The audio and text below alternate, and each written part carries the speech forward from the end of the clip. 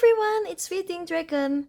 After the short burst of inking on the first half of March, on the second half of March, I didn't pick up my pens at all because I might be skipping touch pensio and because of family matters, and that apparently devastated me so much. But I kind of make the decision that maybe I can go to touch pensio after all. I still haven't really discussed the details, but I thought that if it affected me that much, then maybe I need to prioritize myself and letting me to go rather than forcing to not go and be sad about it. And so, yeah, after making that decision for myself, I can pick up my pens again, and on the Sunday, I finally ink pens after about a week of not using any pens at all.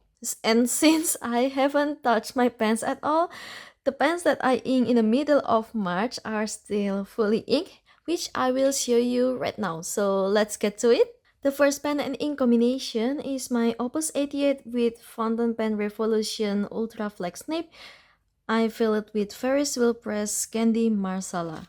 I love this combination so much. I inked this pen after feeling like I'm missing writing with Ultra Flex, and with this coming from me who never really feel drawn to flex nibs in general is quite interesting to observe. I at first decided not to continue on with my flex nib journey quite early in the beginning of my fountain pen journey because of this ultra flex nib, which is quite reasonably priced compared to other options. I fell in love with it immediately again. The ink that I put in here is the Wearingeul Press Candy Marsala. So on my previous inking with this pen and nib combination, I think I always coincidentally chose weather ink. So it had not been a problem at all.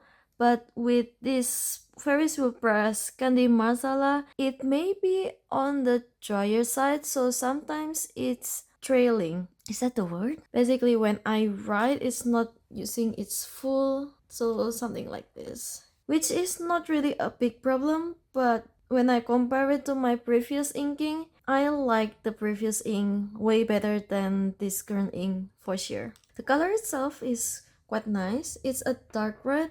I like writing with it, and for this past 2 weeks, I ink brighter ink that smells like or that looks like spring, and so this darker red complements the rest of my colors well. But yeah, I'm quite disappointed with the performance because of it's supposed to be dryness compared to the previous inking. If we compare the Wearingeul Press Candy Marsala with other inks that I have here, it's the closest with Waterman Absolute Brown, although this particular Waterman Absolute Brown sample that I have are more brown leaning. I do think Wearingeul Press Candy Marsala is also pretty close to Rouge Grenade, although Candy Marsala is slightly warmer compared to Herbin Rouge Grenade. The second pen and ink combination is my AbleSnail sketch pen. I have Gena Reverse Architect nib in it, and I fill it with Rohrer Klingner Limited Edition 2025 Sanddorn or Sea Buckthorn. With this pen, I am out of ink, and I'm trying my best to write before things run out, that I don't fully write the name of the ink and the pen. I like the color of Rohrer Klingner Sanddorn. However, I am not really sure about the ink itself because I don't know if you can see it, but on the comforter itself, I see that there are some particles separating from the ink, which makes me cautious if I were to have a full bottle of this. Thankfully, I only have a sample, so while I can enjoy this ink, I feel like the small sample that I wrote dry is way more than enough than what I need. In writing, when I have a comforter with proper amount of ink in it, are very legible for an orange. I love how bright it is. About the wetness, I'm not so sure. I don't think I have any problems with it, but towards the end of my comforter, it is on the lighter side. Well, of course, because it's almost out of ink. And I appreciate that it's not just a regular orange, but it's also an orange that leans more on the yellowish side. As for color comparison, here I think Rohrer Klingner Sanddorn is the closest with Yoker's apricot orange. It is yellower than Lamy bronze. It's of course more orange than the yellow cards over here. Pelican Edelsen Apricot Ashat is just slightly paler compared to Rohrer Klingner Sanddorn, although both of them are limited edition 2025 and both of them are pretty similar in color. So if you have one, you don't need the other. Although if I were to compare between the two, I think color-wise I prefer the Rohrer Klingner Sanddorn because it's just slightly more legible. Okay, for this one, I'm pretty sure I have enough ink in the comforter so I can write without worrying about running out of ink. I have Herbin for Prey inside my Skaban Studyo with CY Naginata nib. By Naginata nib, it means that with this nib, I can write thicker on lower angle and then it is more on the thinner side on lighter angle. I bought this nib via Stilo SDLA about 2 years ago, but since I got the CY Mini Sankakusen from Touch Pensio last year, I soft retire this nib a bit because this Naginata is more thicker, while I prefer one that is smaller in nib width. But since I now have a pen that I can put this nib in, I decided to put the CY Naginata inside this pen, and it's working so wonderfully. As I mentioned before, the Skaban Studyo Dreamshift pen is very comfortable for my hold, and I also love the matte finish that I have here. When I started writing this writing sample, I haven't written with this pen and ink combination for more than 1.5 weeks, so maybe about 2 weeks even. And it hard start a bit, but when I write one line after that, it starts immediately. So I don't know now if the capsule is good or not, because this is the longest time that I didn't write with this pen, but I can live with that. I'm fine with that. As for the color, Herbin Prey is a bright green. It's a light green that is leaning more on the yellower side. It's bright enough, but thankfully it is also pretty legible.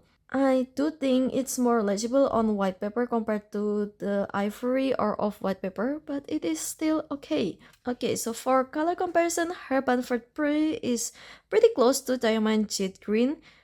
In bigger swatches, Jade Green is much more vibrant and bright, but on writing they are very similar, and I don't think I can even find the difference if I were to see the writing sample side by side. Okay, the next one is Birmingham Pen Company Kingfisher. I put it inside my Studyo Agackakan with Franklin Christoph medium Signip. Now I see in writing that both Herbin Prey and Birmingham Pen Company Kingfisher sort of feathers on this Yusari paper, which give me a bit of a I have realized that I fell out of love with Yusari paper, and these kinds of findings sort of seals the deal for me as well. The Birmingham Pen Company Kingfisher is a nice blue on leaning towards a tealish side. What I love the most about this ink is that it dries down a bit more on the paler side, so it is not fully vibrant, while normally colors in this color are usually on the brighter side. And it is especially more prominent on Tomoe River paper, I think. When it dries and it goes paler, the longer I wait for it to dry. I love writing with this nib. I think out of all the 6 pens and inks that I am bringing today, this combination is my most favorite, even though it is using a quite normal color of ink just because the writing experience with this nib and this pen is just marvelous. I tried to find similar colors in my collection, and it made me laugh just because I have so much vibrant colored teal turquoisey color, but none of them are quite close to Birmingham Pen Company Kingfisher because of its paleness. So it is unique because of the paleness. And now that I look at this again, most of the cards that I have here are the teal that goes towards greenish. And because of that, the Birmingham Pen Company Kingfisher looks bluer, while when I compare it with my other blue inks, it looks kind of greenish. So it's one of those colors. Second to last, this is one of the more unusual ink. I have Zerkon Inks Forelsket number 30. I have it inside my Jinhao 82 with Loom broad nib. This ink is very unique. So I have only 3 Zerkon inks so far. The Poseidon, which is lighter blue that have yellowish shade, and then Herbin, which is pinkish with brownish and yellowish shade. By shade, I mean it's also chromo shades to the color that I mentioned. And this is the last of ink sample that I have, Zerkon Inks Forelsket, which is, it's like a pinkish, but it's also purplish, and there are some brownish undertone with it. And among of the 3, I think Zerkon Forelsket is the one that have the less crazy chromo shadingness, but it's a pretty color. So I love writing with it. Even though whenever I write with this pen and ink combination on a paper that I haven't used before, I always make the effort to look at it closely and hoping for the chroma shading to appear with the pen and ink and paper combination, but it didn't really appear with this ink. And on Iroful paper, which I expect to show the chroma shadingness for all 3 Zerkon inks that I have, it does not show there also, and it's even looking very flat on Iroful paper, so that's a bit strange. But I really love this color combination. The ink sort of smells a bit, and I was quite bothered with it in the beginning of my inking, but after quite a while, I guess I just ignored it, or maybe even the smell is getting weaker.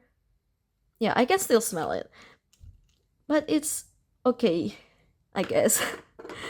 As for the color comparison, it is pinker than Diamond Gala and Troublemaker Foxglove. It is lighter compared to Versilpere's Queen Allium, and it's a lovely pink. Okay, and now it's the last pen and ink combination that I have today. It's Wearingeul Carmilla. I put it inside this BENU Talisman Peacock ore with medium smith nib.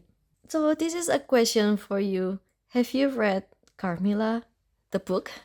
With every Wearingeul ink inking that I have, the more I want to read everything, and the more I feel that I need more time if I want to read every book that I want to read. This Wearingeul Carmilla is a soft blush pink. I see now that it feathers a bit as well on this Yusari paper, while I don't have any problems with it with my other paper. Color-wise, it is super close to Diamond Blush from last Diamond Ink Fan. Although Carmilla, I can see here, it has a cooler tint compared to Blush, so they are quite different from each other, and Wearingeul Carmilla is also on the lighter side.